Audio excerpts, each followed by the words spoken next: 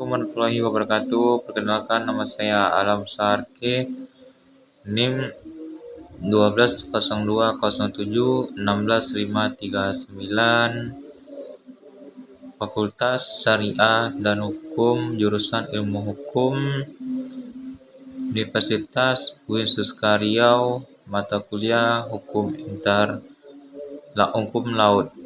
Baiklah, saya akan menyampaikan materi saya tentang garis pangkal kepulauan.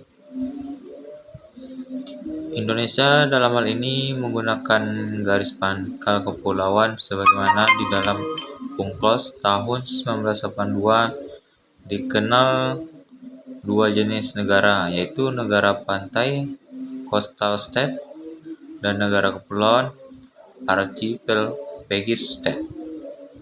Diakui konsep negara kepulauan adalah hasil perjuangan Indonesia sejak deklarasi Juanda pada tahun 1957. Garis pangkal kepulauan perbandingan luas air dan darat yaitu berbanding 1:1 hingga 9:1. Panjang segmen tidak lebih dari 100 mil laut. Bisa lebih maksimal 3% dari segmen dan panjang maksimal adalah 125 mil laut. Bentuk garis pangkal tidak berbeda jauh dengan bentuk kepulauan. Garis pangkal tidak boleh menggunakan low left elevation LTE kecuali LTE itu dibanguni menggunakan atau sejenisnya, mensuar atau sejenisnya, atau LTE itu berlokasi di laut teritorial pulau terdekat. Tidak boleh memisahkan laut teritorial suatu negara dari laut bebas atau ZIA. Memperhatikan atau mengakui hak tradisional negara tetangga. Untuk menghitung luas daratan bisa memasukkan air di dalam atol dan bagian lain yang diatur. Garis pangkal harus diwujudkan dalam peta yang memadai atau disertai koordinat titik pangkalnya. Garis pangkal harus didepositkan ke PBB. Macam-macam garis pangkal. Yang pertama, garis pangkal biasa atau normal baseline.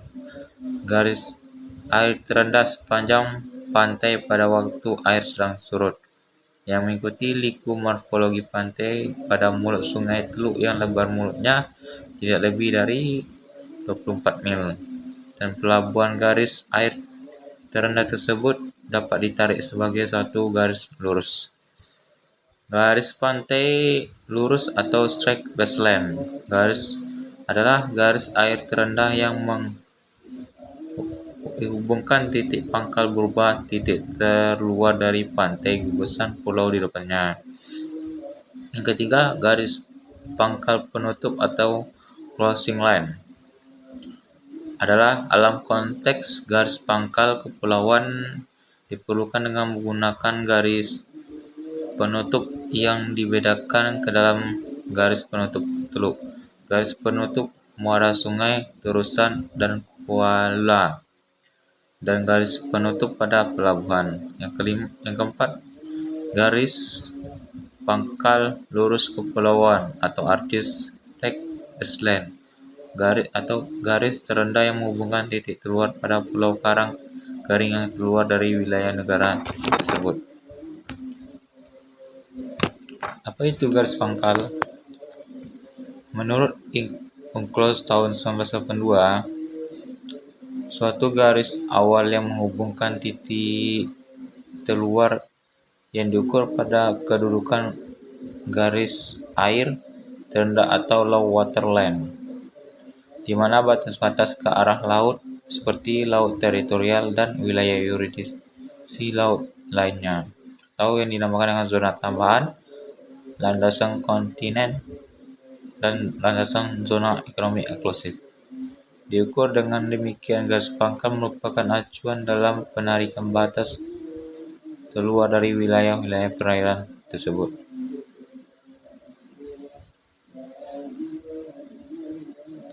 Laut teritorial. Laut teritorial atau perairan teritorial dalam bahasa Inggris berarti territorial sea adalah wilayah kedudukan suatu negara pantai selain wilayah daratan dan perairan dalamnya. Lautan teritorial meliputi pula suatu jalur laut yang berbatasan dengan perairan kepulauan yang dinamakan dengan perairan internal termasuk dalam laut teritorial. Begitulah materi yang bisa saya sampaikan. Saya akhiri. Assalamualaikum warahmatullahi wabarakatuh.